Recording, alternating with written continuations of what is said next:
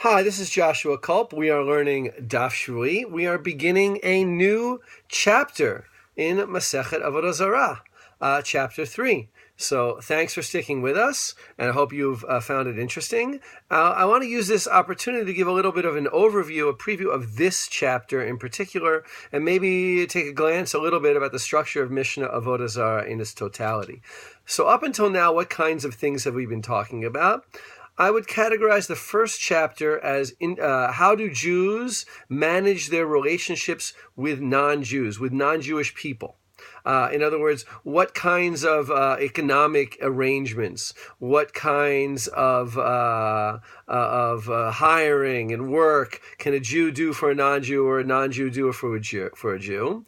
And the second topic was the foods that we buy from a non-Jew, the Jews buy from a non-Jew. Can Jews eat them without being concerned that there are products that they're not allowed to eat? And even there, the Mishnah was also telling us what kinds of things we're not allowed to eat. So that was really what the first two chapters were doing. The third chapter is really doing with the material belongings of non-Jews. I want to put you back into the first and the second century. In the first and second century, in the Greco-Roman period, they lived in a world that seems to have been saturated with idolatrous images. It was just full of images and idols all over the place. Everywhere they went, rabbis had to ask themselves, is this an image, just a decoration, or is this an idol? Something that non-Jews worship.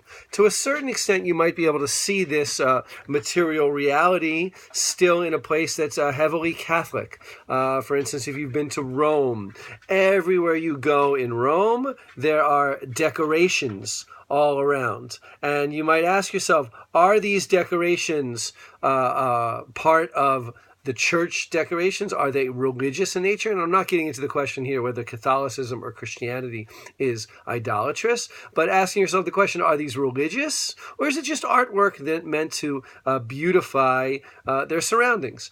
Those are the kinds of questions that we're going to be asking in this chapter.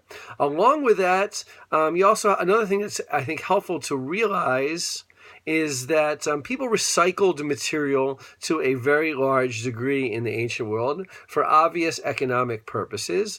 You didn't quarrying new stones and making new metals and creating new objects was extremely expensive. Everything obviously had to be done by hand, and therefore there's a lot of recycling of material. And if Jews are not allowed to use items that were involved in idolatry, then how can Jews use material that, let's say, came from a temple that was destroyed or was a piece of a broken idol? So those are the kinds of questions that they're asking. I think it's very interesting maybe to take a step back and think about our own society. We too have these kinds of questions. What in our lives or what in the lives of the people we live around is religious and what is cultural? What is artwork? If I go into a church, and I'll be honest, I very much enjoy going into particularly Catholic churches, seeing the architecture and the design. Am I engaging in a religious activity or am I just admiring some artwork?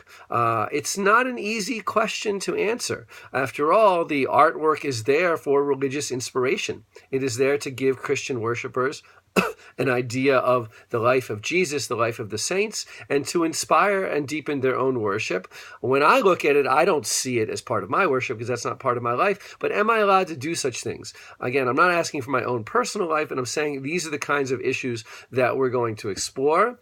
Another kind of interesting thing to think about, when I was a kid, we were not allowed to go out on Halloween. My mother did not allow me to go out on Halloween. My younger sister, she caved in because she started to say Halloween is not a religious holiday, it's a secular holiday. So that's the kinds of things that we're going to be asking more. We've a little bit touched upon some of those things earlier, but we're going to be asking them more throughout this tractate, throughout this chapter. There are some wonderful sugiot, very interesting sugiot passages that appear. I hope you enjoy it. And as always, please do ask questions on our Daf Shevui page on Facebook. I always try to answer those as promptly as possible, and it allows for a better cross-discussion of these kinds of issues and the relevance that they have to us in our lives.